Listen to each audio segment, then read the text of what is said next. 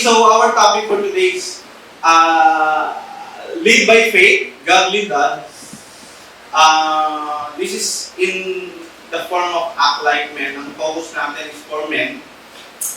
We will get our passage from 1 Corinthians chapter 16 verses 13 to 14. I will start with a story, a simple story from a girl named Jasmine and her father. Si Jasmine at yung father niya was living in a remote area sa isang village na kung saan yung education sa mga girls ay prohibited or not totally prohibited but parang dinidiscourage ng village yung pag-aaral ng mga kababaihan. So she dreamed of being a doctor, becoming a doctor. So dahil nasa remote area sila, hindi financially stable yung father niya. So walang budget, kumbaga. But her father instilled a strong faith in God. So, kumbaga, si father niya is trying to tell the story of the gospel to her, and it became her, sabihin natin, strength. Nagkaroon siya ng kalakasan to pursue, even though the village is discouraging yung pag-aaral ng mga kababaihan. Si father niya nag-sacrifice, even if to the point na yung whole family will sacrifice financially in order for her to be a doctor. So nagpakahirap sila. Sacrifice yung father niya.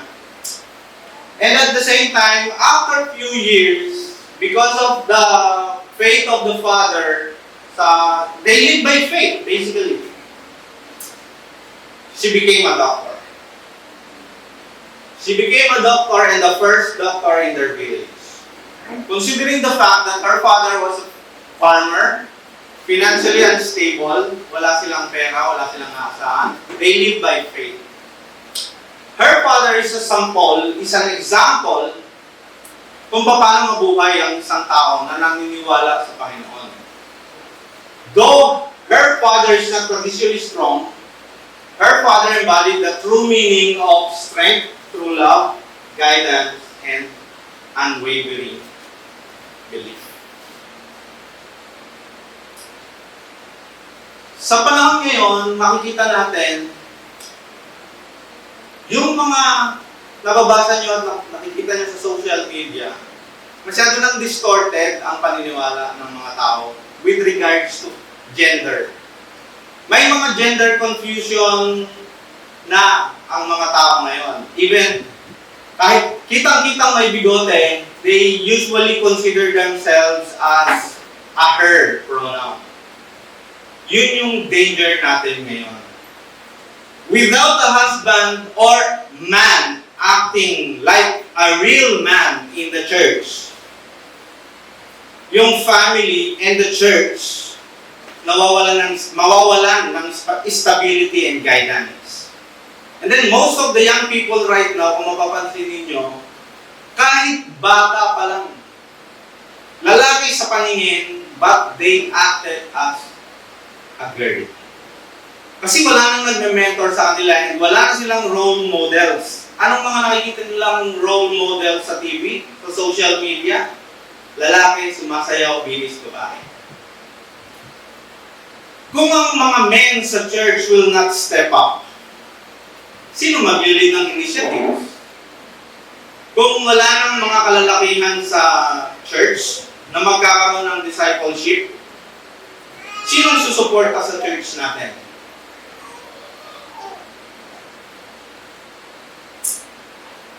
Without men in the church community might be lacking a bit accountability and sense of security.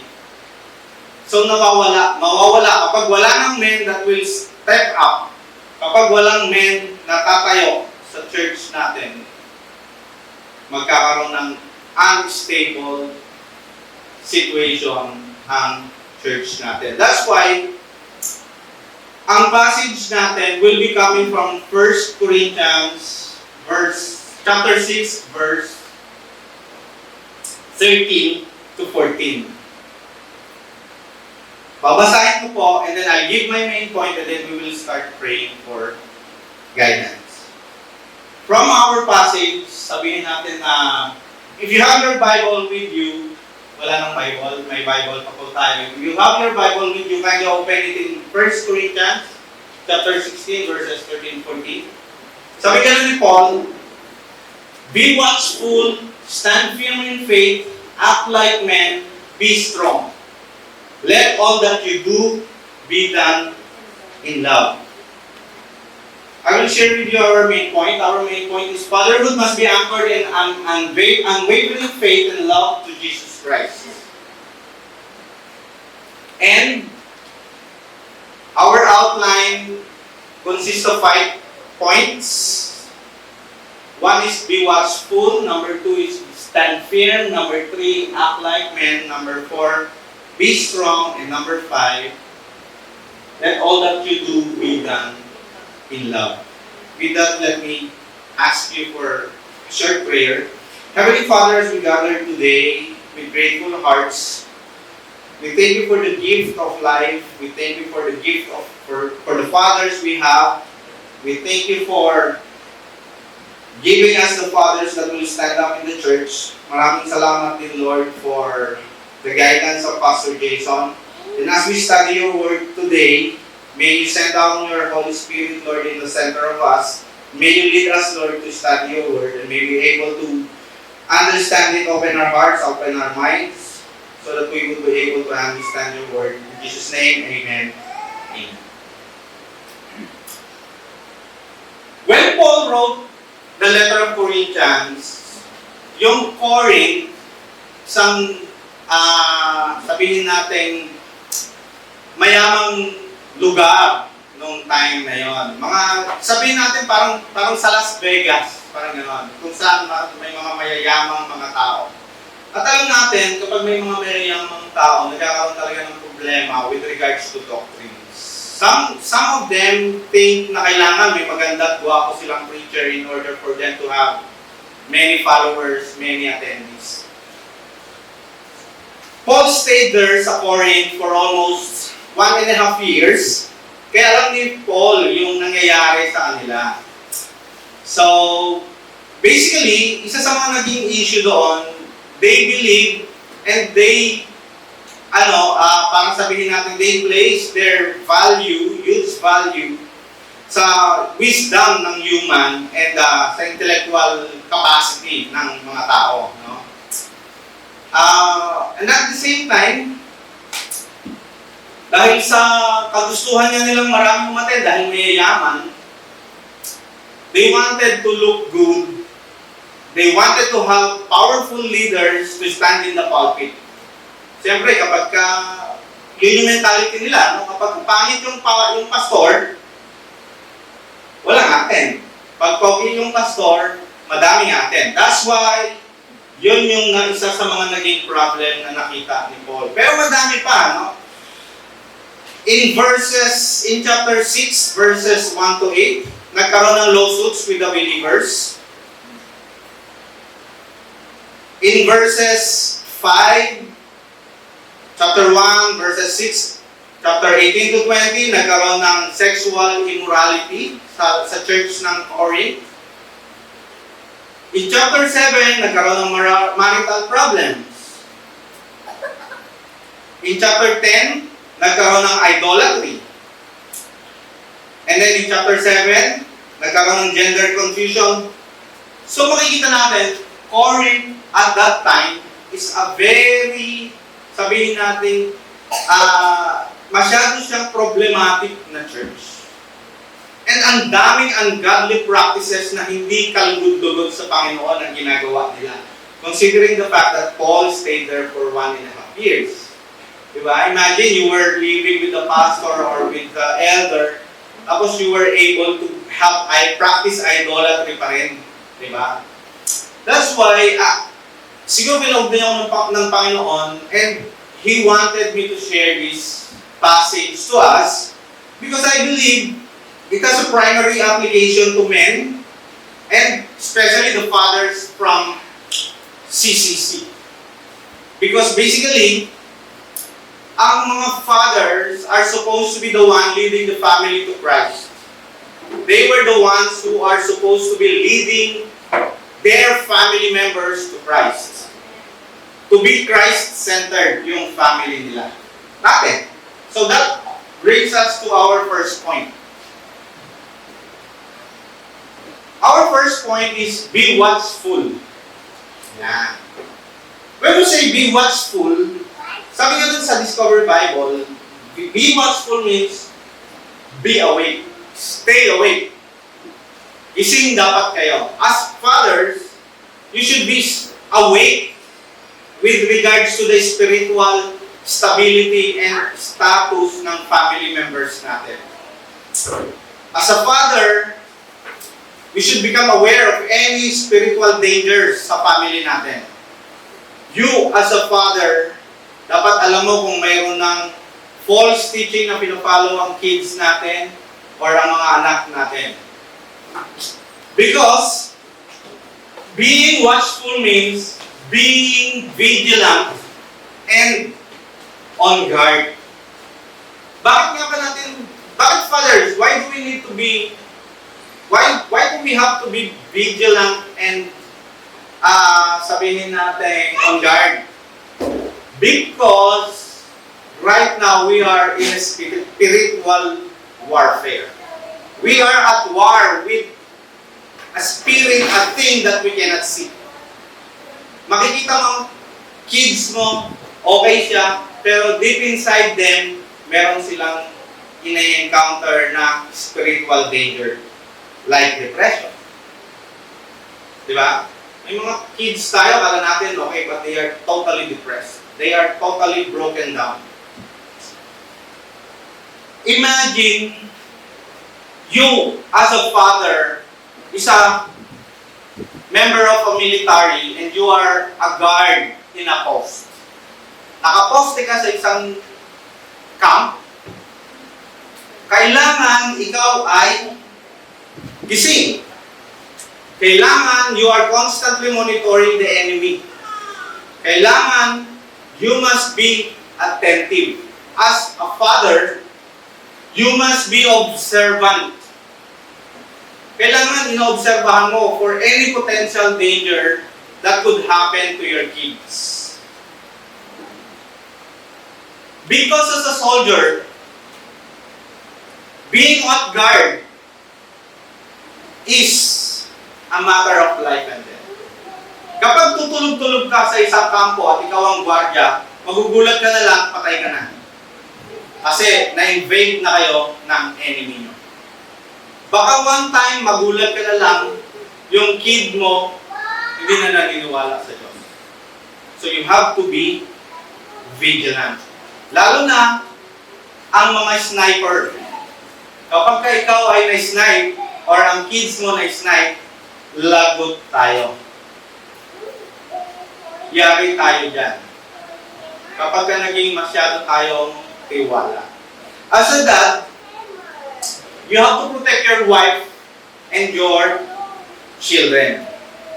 Kailangan protektahan natin. Sabi niya gano'n, ang daming dangers ngayon. Social media. Sa mga cartoons, kung makapanood niyo mga cartoons ngayon, there are theologies na ini-insert sila doon that are non-biblical. There are also illicit video games. May mga video games na hindi ka nais-nais na sino yung nalaro ng GTA dito? Yan. You should avoid that. If your kid is playing GTA, you should tell your kids to avoid the game. May mga illicit acts doon. And then there are false teachings in the internet. Nabalitaan nyo ba yung time na nagkaroon ng ingay because of yung pagbigay ng tulong sa mga parents? Sabi nila hindi dapat bigyan ng tulong ang mga parents when they grow old. And at the same time, discuss ni Brother Jaren yung last time na hindi dapat magbigay ng glory sa Lord because of your hard work. Those are the dangers of being in social media. Dapat mag-guide natin ang mga kids natin. that social media theologies are dangerous. Dapat natin siyang iwasan. Even the scripture is warning us, fathers. Sabi nga sa 1 Thessalonians 5:6, therefore let us not sleep as do others, but let us watch and be sober. And sabi niya ganon din sa 1 Peter, be sober, be vigilant, because your adversary the devil, as a roaring lion, walks about, seeking whom he may devour. So, kung titignan natin, even the scriptures is warning each and every Christian, maging sober tayo, maging matino yung pag-iisip natin. And as a father, we should remember that. We should be sober. So in other words, we should be vigilant and stay awake. Okay? So huwag tayong tutulog-tulog. No? Baka may tutulog-tulog yan, gisingin nyo. Sabihin nyo, be sober, be vigilant. Okay. That moves up to our second point. Sabi nga lang sa atin, second point, stand firm. Stand firm in faith.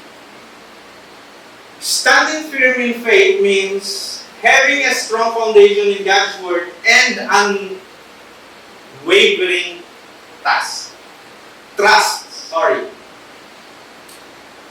As a father, dapat tayo yung magpakita ng unwavering trust and faith in God. Hindi tayo yung mismong magsasabi sa mga kids, sa mga family members, sa family natin na wala na tayong magagawa. There will always be something that God can do for our family. Huwag natin sasabihin sa mga, kunwari nga nag-exam, tapos sabihin nung anak natin, hindi, kaya, bagsak na ako.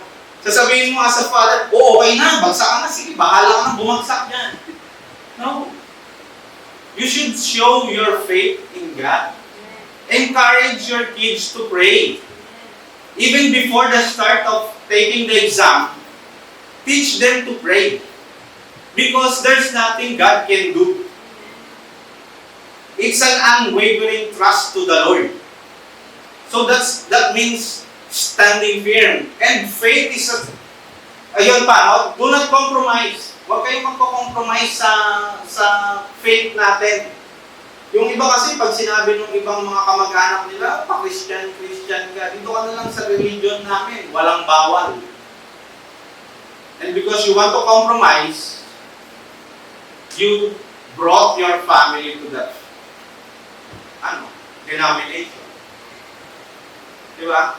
You as a father should show your standing firm to your faith and no compromise. Do not compromise your faith.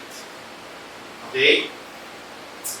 The faith here that Paul is telling us is the divine assurance. Whatever you think you cannot do, having the divine assurance that God can do it, you have to stay firm. You have to stand firm in your faith. Sabi ng ganon sa Discovery Bible, it is to what God leads believers to hope for. So, ulitin ko lang, it is to what God leads believers to hope for. Ito yung nagdadala sa mga believers para magtiwala sa Panginoon. That's the faith na sinasabi ni Paul sa passage natin. Illustration natin, imagine a root ng isang tree na binabayo ng bagyo. Imagine that. The tree is facing the strong storm, but as you can see, it remains unshaken. Fathers should be rooted deeply in Scripture. We as a father, we have to show that we are deeply rooted in faith. Hindi tayo magpapakita dapat ng tayo'y mahina. And at the same time, how can you grow and have a rooted faith? Set aside a time for Bible study. At least kahit 5-10 minutes a day. Because that's where you can have a rooted faith. Set aside a Bible study. That's where you can grow your relationship to God. Sabi nga ganoon sa Philippians 4:1, "Therefore, my brothers, love and long for my joy and crown. In this way, stand firm in the Lord." Stand firm in the Lord. How can you stand firm in the Lord kung wala kang Bible study or fellowship with the Lord? Even a single prayer, short prayer. Meron akong nakita sa isang social media na kami, takot may multo sa likod, tapos takot na takot siya. Sabi nga lang sa baba, paano yan? Ang alam mo lang is, "Bless us, O Lord, and this thy gifts." Hindi ka marunong magdasal ng sarili mo. Sabi, di ba? It's just a meme, pero it depicts the reality. How many of us know how to pray? How many of us sets aside at least a minute or two in prayer? You don't have to answer that. You should ask yourself about that.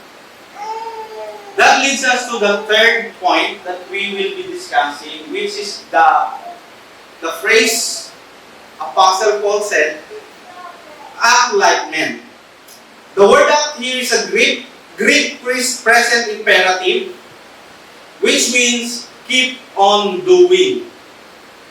Keep on doing. When we say keep on doing, it should be part of your lifestyle. Maging part siya dapat ng lifestyle natin, yung acting like men. It must happen again and again. Like men here means taking the initiatives God reveals through faith. As a grown-up man, you should lead and take this initiative kung ano man yung gustong ipagawa ng Panginoon sa atin. That's faith. When facing frightening experiences, we have to act like men.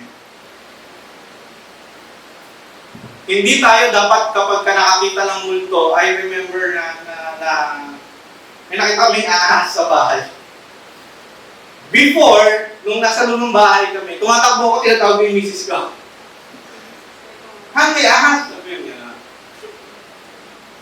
Considering ako yung lalaki.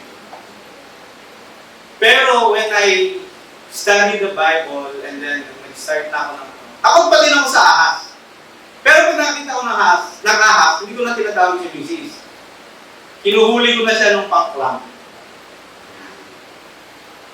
So it's just something na for you, fathers, men, dads, soon to be dads, you have to lead the initiatives. Because God wants men to be manly, brave, and to become leaders.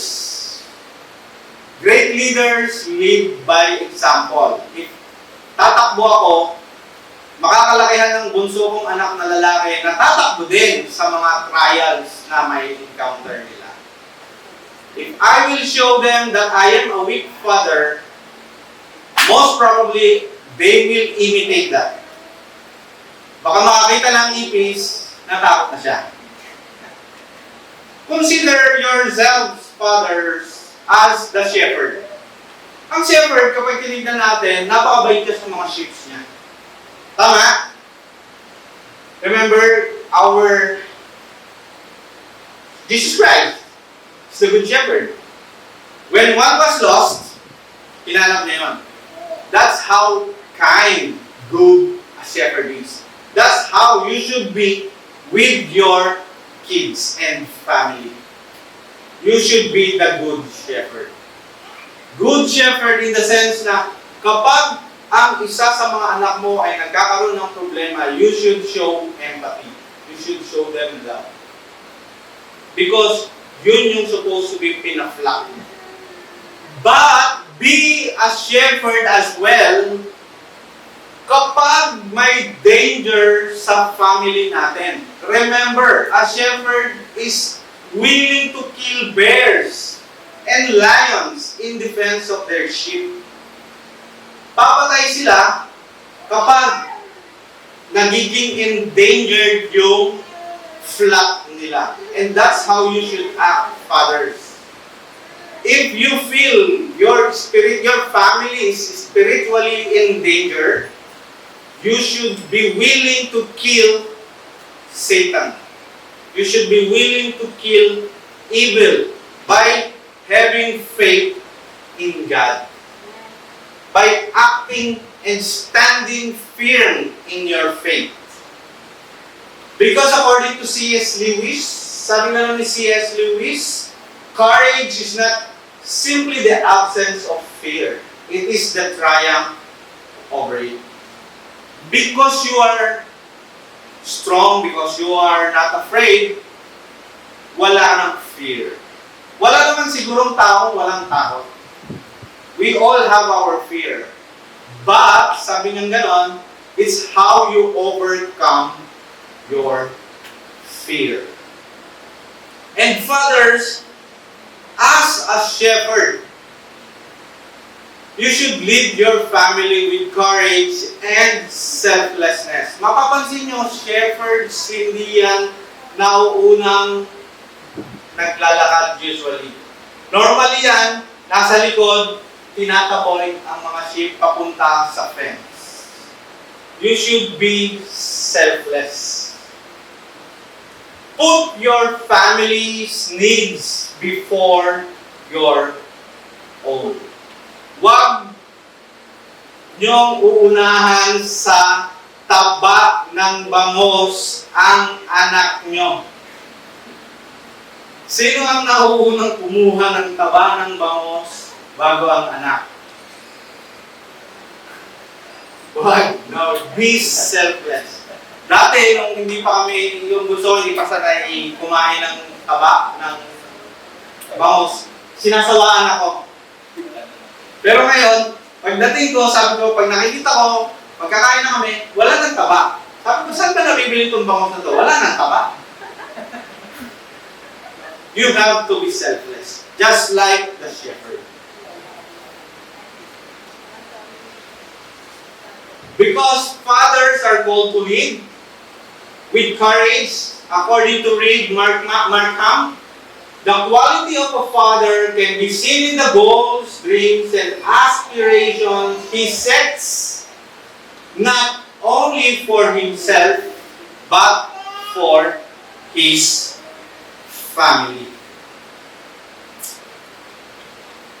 You are setting an example not only for yourself, but for your family as well. If you want your kids to grow up with faith and firm belief in the Lord, show them. You should walk the talk. Kapag sinabi mong bawal magsigarilyo, bawal magsigarilyo. Vices are not good for your health. Dapat pinakakita mo. I remember yung father ko, hindi siya mahilig magsugal. So yun yung natutunan ko, isa sa mga natutunan ko sa kanya na hindi maganda magsugal. Because one time, pauwi siya ng tumaya siya dun sa chess. Ano yung chess? Nakikita niyo ba yung chess na naka-display? Tapos lalaro ka ng, bibigay ka ng 10 pesos tapos mag-move ka. Sabi niya naman, mananalo ka pag na-check mo in one move. Sabi niya naman, make in one. Sabi niya naman. Eh yung father ko mahilig mag-chess yun. So tumaya siya 10 piso. Alam nyo, hindi siya nanalo. Pag uwi niya, malungkot siya. Why? Nangihinayang siya dun sa 10 pesos na tinayan. And at that point in time, na-realize ko, yung father ko pala talaga is really He's trying to tell me something na wag ka magtatry ng isang bagay na sinabi kong mali. Tayo as Christians, kapag sinabi sa Bible na hindi pwede, dapat hindi pwede. No, kagaya yung sinabi natin kanina, no compromise. Okay? And that leads us to our point. Be strong. The strong here, kung titignan natin, the strong here means to empower. We have to empower God's dominating strength.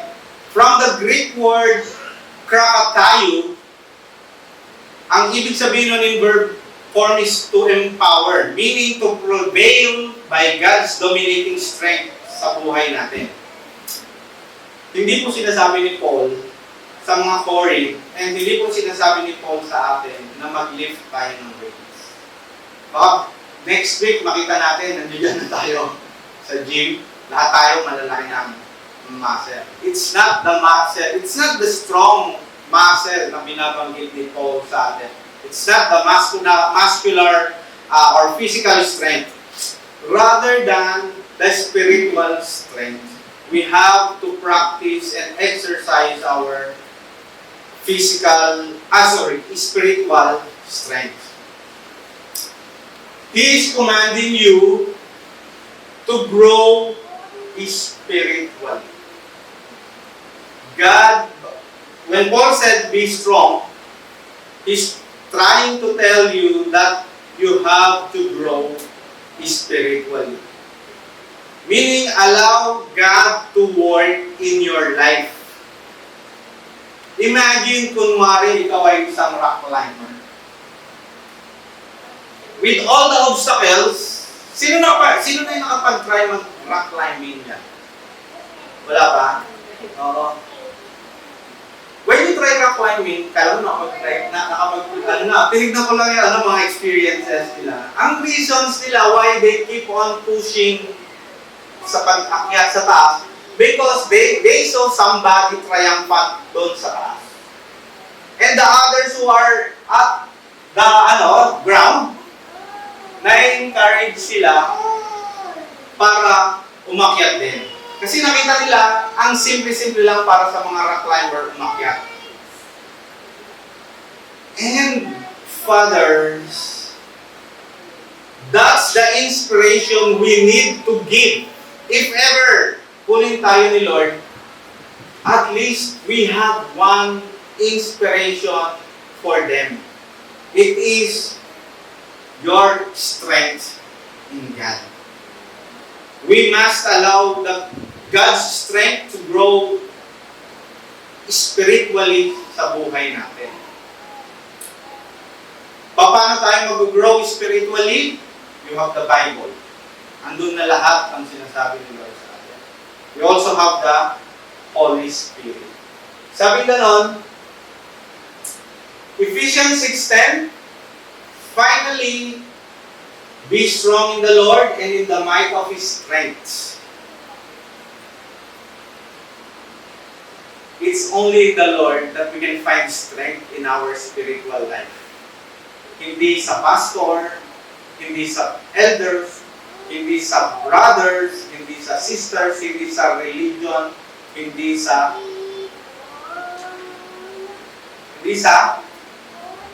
church. It's only in God. Although we can help others to grow, but do not put your strength in human. Somehow you may fail. But if you put your strength in God, kahit ano man ang nasa paligid mo, you will be able to what? You will be able to triumph on your problem. That leads us to the last point. Let all that you do be done in love. The all here means The all here means from one point to another. The love here means agape love. The agape love here means the divine love of our God. And then the genuine love that reflects God's characters, which binds families together. Remember, yung love that Paul is discussing here or referencing here is not the love from the opposite sex. It's the divine love. Yung pagmamahal ng Panginoon sa atin. It's the love of Jesus Christ for us. And what best example can we have for a divine love but the love of Jesus Christ when He died on the cross for us? Instead of you being on the cross, instead of you na tumatanggap ng mga kagupit niya sa palo, sa mga Hudyo, He took all the slaps. He carried your cross.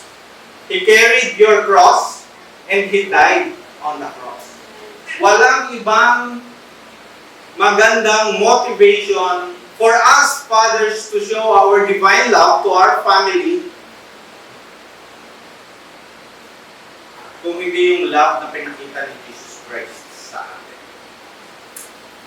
Remember, your every action, fathers, ensures the growth and beauty of your family. Because your love should nurture and build up your family, not the love of your neighbors. It's only your love.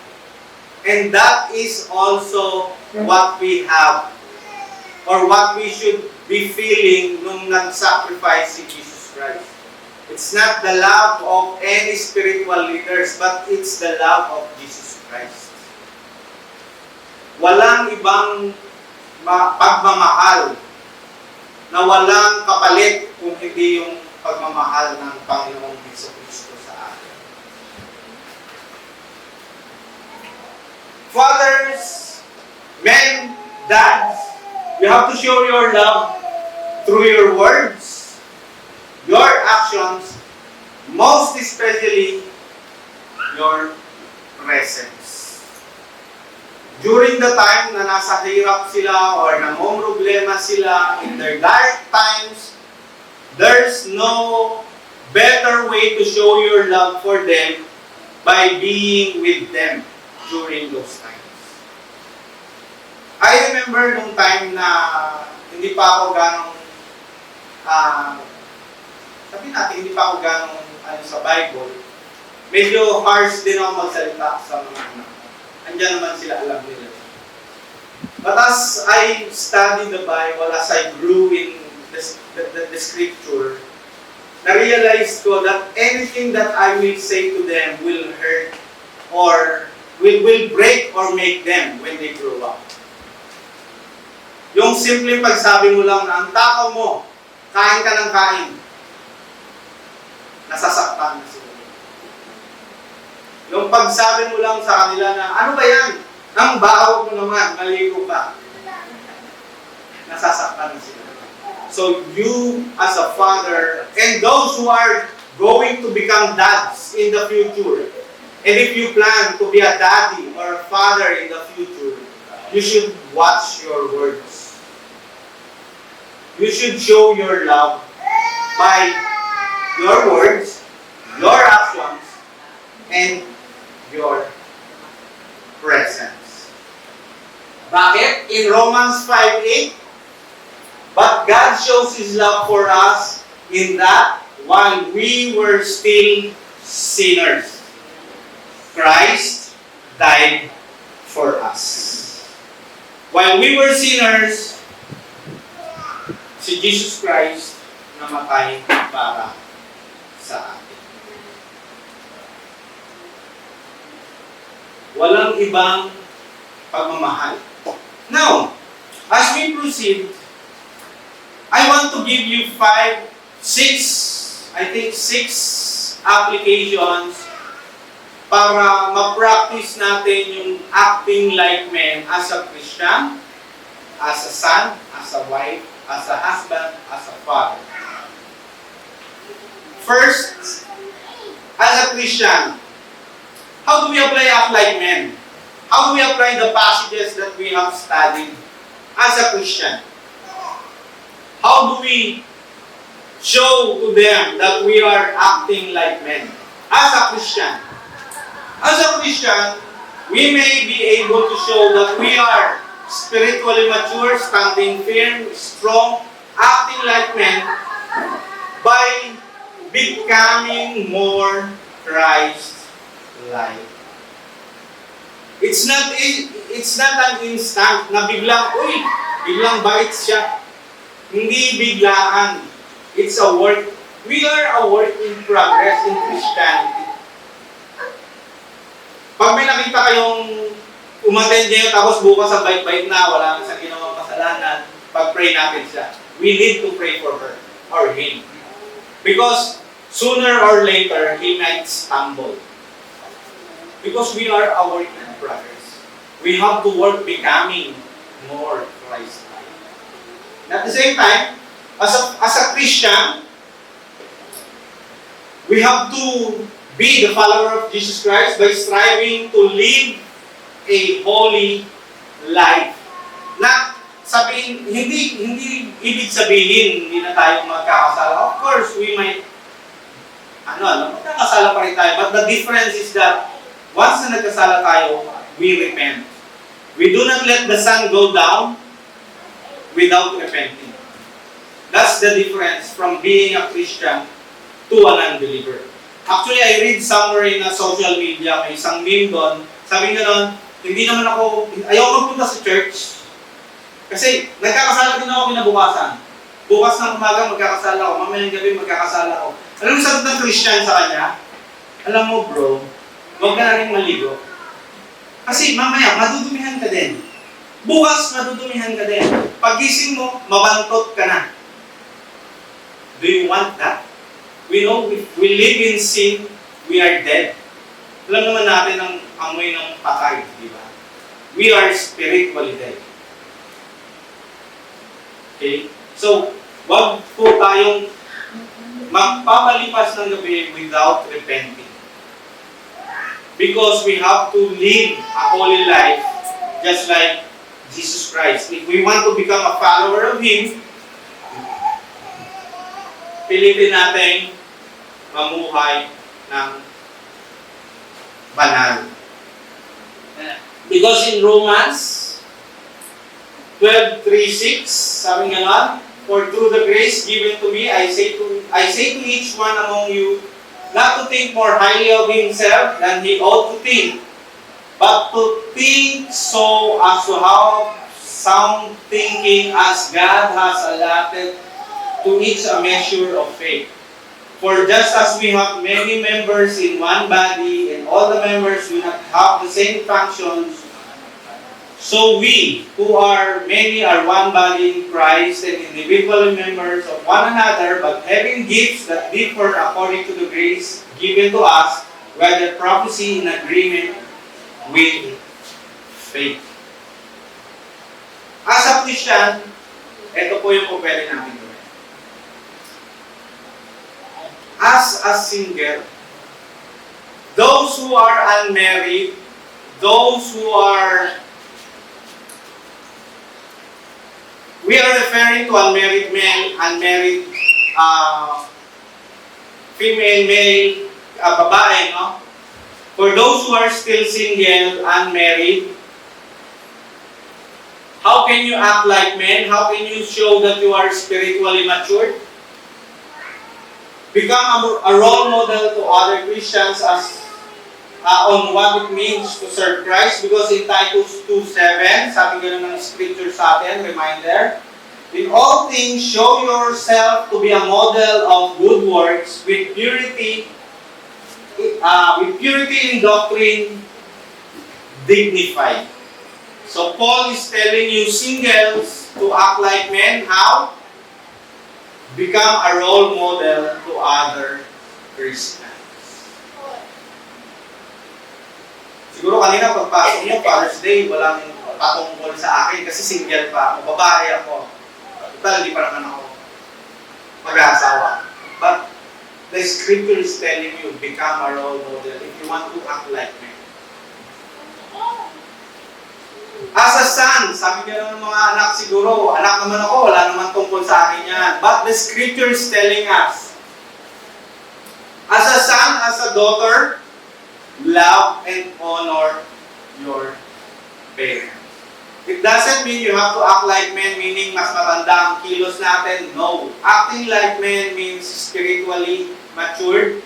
If you are a son or a daughter, you can show your spiritual maturity by loving and honoring your parents. Because in Ephesians 6:1-2, sabi ganon, children, obey your parents in the Lord, for this is right. Honor your father and mother, which is the first commandment with promise. As a son, as a daughter, remember, kahit may asawa ka na, you are still a son to your parents. Kahit may asawa ka na, you are still a daughter to your parents. Love and honor them. Sabi gano'n ng wife, wife, wala sa akin yan. Kasi Father's Day ngayon.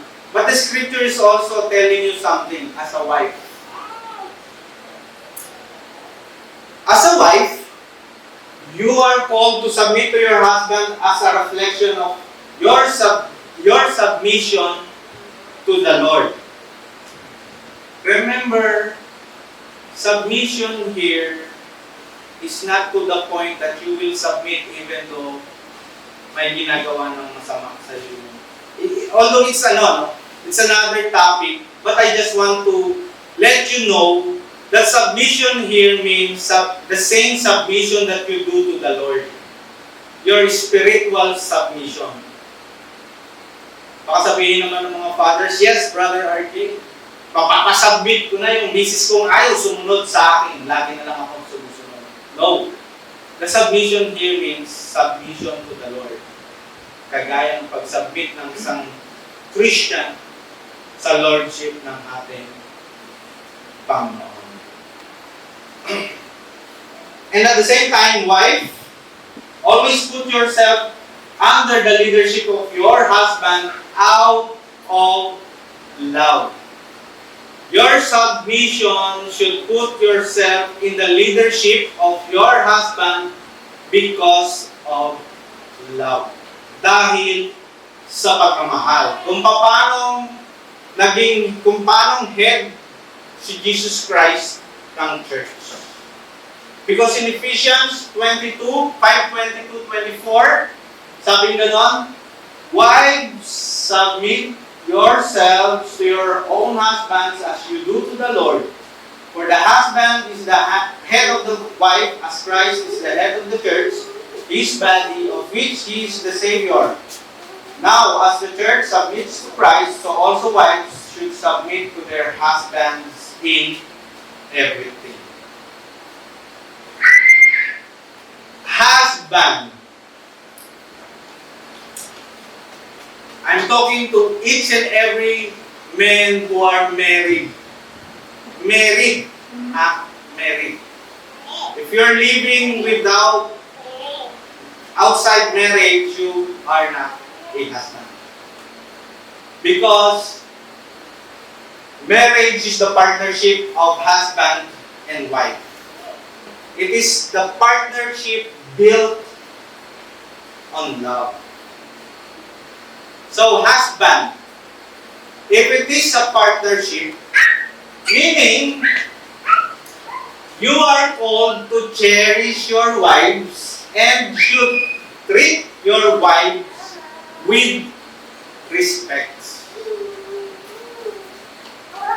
Your wife will submit to you as a Christian will submit to Jesus Christ. You, husband, should cherish your wife and treat your wife with respect in the same way Jesus Christ is treating Christians in the church. So as a husband and as a father, balikan natin yun. Sabi ka noon, husband, love your wives just as Christ also loved the church and gave himself up for her. That's our reference for husband. And for our last, as a father.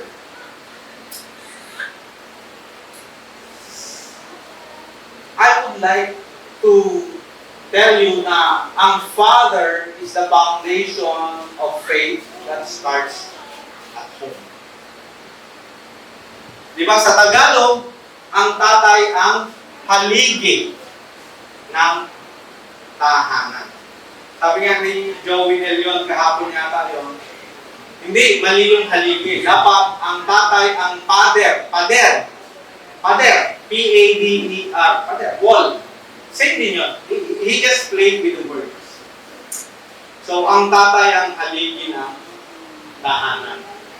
And dads, fathers, you are to guide your kids spiritually, to help your children grow closer to God, and at the same time, be patient with them. You are to guide them spiritually, and then dapat mapagpasensya tayo sa mga anak natin. Natatandaan ko nung bago-bago lang ako, kawawa yung bunso ko. Lagi siya napapagalitan. As in, to the point na kahit maliit na bagay napapagalitan siya. But when I read the passage, nung pinag-ano ko to, na-realize ko na hindi naman pala masama as a father na maging soft din tayo. Hindi rin naman pala masama na maging pakita natin na may soft side ang isang father. Few years ago, namatay yung father ko, 2014. Nagkakalikot kami ng mga gamit. And I stumbled on a Christmas card na nakita ko. Yung Christmas card na to was dated 1996.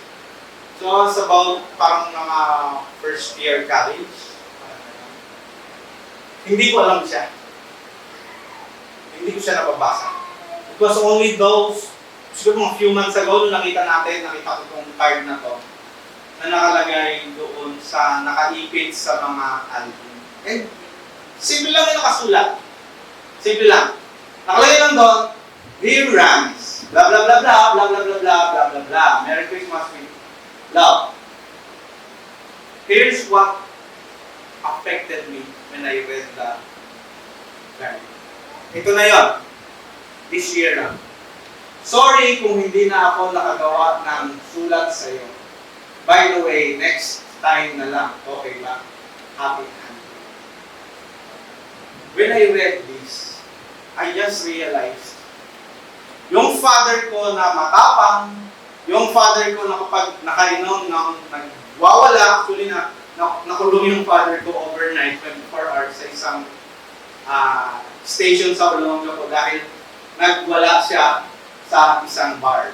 Ganon siya katapang. Ganon ka-wild yung father ko. Pero nung nag-abroad na siya, I believe, nasa OFW na siya dito. Nakita ko, napansin ko, may soft side din pala siya. And he tried to show me. Actually, dalawang card to eh. One is for my brother and one for me. Yung nakita ko. Ito lang yung senior ko. I just realized that during the 1996 pala, my father is also showing me how to be a good father. How? By being soft. Hindi ko masama as a father na maging soft tayo sa mga anak natin. Hindi ko masama as a father na ipakita natin na mahal din natin siya. It's a simple card. But, because of almost 20 years na nakalipas, when I read this, medyo naluha din ako. And then, sabi ko gano'n, I will start showing my kids how soft I am. I don't want them to learn that I am soft kapag wala na ako.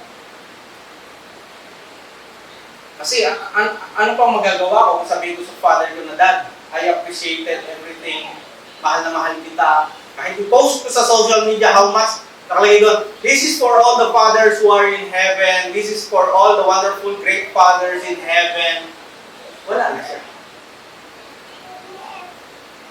You fathers, you have to show them how soft, how much you love them. And you kids, you have to show your parents you love them. Ngayon pa lang. Huwag kayong gumaya kay Brother RJ na after almost 2 decades, doon niya lang na-realize mahal pala siya ng tatay niya.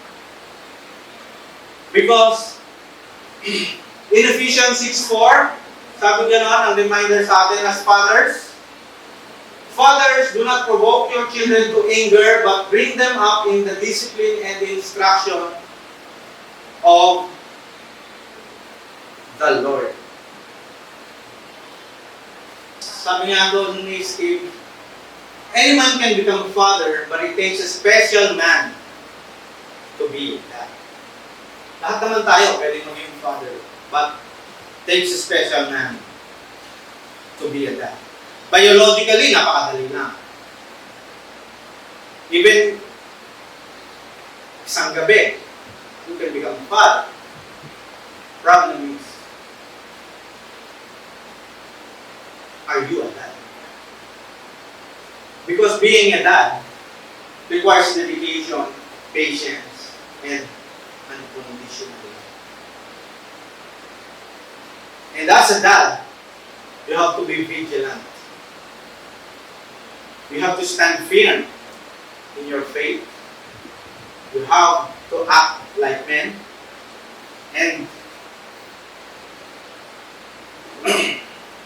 should embody courage and strength, as what our passage is telling us. As what Paul wrote in 1 Corinthians, being a dad requires unconditional love. And as we celebrate po yung Father's Day, we would like to give honors to those special men who have stepped up for their faith, who build up their families, who supported their families, who nurtured their families, who guided their families, and still guiding them in spiritual growth, protecting their families with love and grace, which reflects the love of our Heavenly Father. To all the fathers in CCC, Bataan, Longapo, Balanga, Tarlac, Happy Father's Day. And you might notice, even if you're single, I also included you there. Because sooner or later, you will become a father as well. And I want you to remember this topic. When you become a father in the future, review and study our topic. And you will say, dapat talaga pala, nandoon na ako. Saan na? Meron pa ako dito. Nasaan na? Si Brother Jesse. Wala? Saan? Ayaw. Sooner or later, you will become that. And this day, we would like to honor as well. Doon sa nagtataka, ano ba yung nasa likod, nasa gilid na dalawa? Sila lang po kasi nakuha ko. This is my father. Yan yung tatay ko. Mukha siyang ano, no? Mukhang Tito Soto, no? Joke lang. At saka yung father ni Brother Nathan. Sila lang yung mga nakuha ko kasi na wala. So, this celebration, this sermon is for honoring all the fathers of CCC, men in CCC, whether you are a father, become a father in the future, whether you do not know you're a father already, whether you are a single mom who is performing the duty of a father, this is for you. Today is your day. Today is your happy Father's Day. Hindi po natin ang ating pong kamay sa kanila and as we end this day po for them. Lord, aming Ama, salamat po o Diyos, Panginoon, sa inyong kabutihan sa amin, Panginoon. Salamat, Panginoon, o Diyos, sa araw na ito, O Lord God, na ipinagkaloob mo, Panginoon. Isang araw, Panginoon, para sa aming mga ama, Panginoon, para sa mga magiging ama, Panginoon, O Lord God. Salamat, Panginoon, o Diyos. Lord, we praise you, Panginoon, for your word for today, O Lord God. Salamat, Panginoon, o Diyos, sa aming Ama. Lord, truly, Panginoon, Ikaw, aming Ama, ay siyang patuloy, Panginoon, maging una, Panginoon, sa amin pong mga katatayan, Panginoon, O Lord God, for all these men, Panginoon, O Lord God, may they act truly like men, Panginoon, O Diyos, sa aming Ama. Lord, tulungan mo sila, Panginoon, O Lord God, to be watchful, Panginoon, to be sober, Panginoon, to be strong, Panginoon, O Lord God, na alam namin, Panginoon, Lord, hindi po madali, Panginoon, ang maging isang ama, Panginoon, O Diyos. Tulungan mo, Panginoon, ang bawat isa sa kanila, Panginoon, O Lord God, to the Father already, Panginoon, kila Brother RG, kay Brother Noel, Panginoon, Brother Noel Guzman, O Lord God. Ikaw, Panginoon, ang palagi kong sumama sa kanila, Panginoon, O Diyos, na maging tunay, Panginoon, haligi ng kanilang tahanan, Panginoon, maging, Panginoon, na ehemplo, Panginoon, sa kanila pong mga anak, O Diyos, that they may be strong enough, Panginoon, O Lord God, para sa kanilang pamilya, O Lord God, na Ikaw, Panginoon, O Diyos, ang palagi po, Panginoon, magbigay sa kanila ng puso, Panginoon, na magmamahal ng tunay, Panginoon, sa kanilang pong pamilya, Panginoon, sa kanilang mga anak, Panginoon, sa maging sa kanilang asawa, Panginoon, may they show compassion, Panginoon, to them, Panginoon, O Lord God. Lord, pakita mo, Panginoon, kung sino ka, Panginoon, sa kanilang buhay, Panginoon. May they truly act, Panginoon, like men, Panginoon, for their family, O Lord God, aming Ama. Ikaw palagi pong sumama sa kanila, O Lord God, aming Ama, at patatagin mo sila sa anumang pong problema, Panginoon, sa anumang, Panginoon, at pagkakaloob mo sa kanila, O Diyos, aming Ama. May they joyfully, Panginoon, glorify you, Panginoon, sa kanilang buhay, Panginoon, O Lord God, at ang kanilang pamilya, Panginoon, ay Ikaw palaging makita, Panginoon, O Diyos, sa kanilang buhay, Panginoon, O Diyos, and to the Panginoon, sa mga magiging father din, Panginoon, in the future, kay Brother Jared, kay Brother Jesse, kay Brother Eric, kay Brother Nathan, O Lord God, may you, Panginoon, Ikaw ang Panginoon, mag-guide sa kanila, Panginoon, sa tunay, Panginoon, na Lord God, na magiging isang ama, Panginoon, magiging isang asawa, Panginoon, O Lord God, Ikaw, Panginoon, ang sasama sa kanila, O Diyos, sabi nga man, to truly, Panginoon, they may able to act like men, Panginoon, sa kanila kung magiging future partners, Panginoon, O Lord God, Ikaw, O Diyos, sabi nga man, siya kung bibigay, Panginoon, sa kanila ng kalakasan, ng gabay, Panginoon, at Lord, patuloy ang salita mo, Panginoon, ang mangunguna sa kanila, O Diyos, sabi nga man, at sa mga hindi namin kasama dito, Panginoon, O Lord God, kila Brother Nathan, Panginoon, Lord God, aming Ama, kila Brother Edwin, kila Brother John, O Lord God, aming Ama, sa amin po mga kasama pa, Panginoon, kay lalo na kay Pastor, Panginoon, O Diyos, Ikaw ang patuloy nga po, Panginoon, gumabay sa kanila, Panginoon, O Lord God, Ikaw ang patuloy nga din po, Panginoon, magbigay kalakasan sa kanila, Panginoon, to truly stand for their family, O Lord God, to truly stand for your word, O Lord God, aming Ama. Salamat nga, Panginoon, O Diyos, sa pagbibigay mo, Panginoon, ng isang mga kalalakihan sa amin, Panginoon, O Diyos. And we also pray, Panginoon, for the women, Panginoon, that they're acting a father, Panginoon, for their family, Panginoon, O Lord God. Ikaw din, Panginoon, ang magbibigay gabay sa kanila, Panginoon. Magbibigay, Panginoon, O Diyos, kalakasan sa kanila, Panginoon, to truly stand, Panginoon, for their family, Panginoon, to truly stand, Panginoon, sa inyong lamang pong salita, O Diyos, aming Ama. And today, Panginoon, as we celebrate, Panginoon, their day, Panginoon, Ikaw lamang, O Diyos, ang manguna sa amin, ang magbigay kalakasan sa amin, Panginoon, and may we glorify you, Panginoon, this full day, Panginoon, O Lord God. Salamat po, Panginoon, sa inyong salita at salamat sa araw na ito, Panginoon. Tunay na nagpupuri kami, Panginoon, na nagluluwalhati sa inyong lamang po, Panginoon, pangalan namin Ama. Salamat po, O Lord God. Lahat na ito'y dalangin namin sa tanging pangalan ni Jesus. Amen. Amen.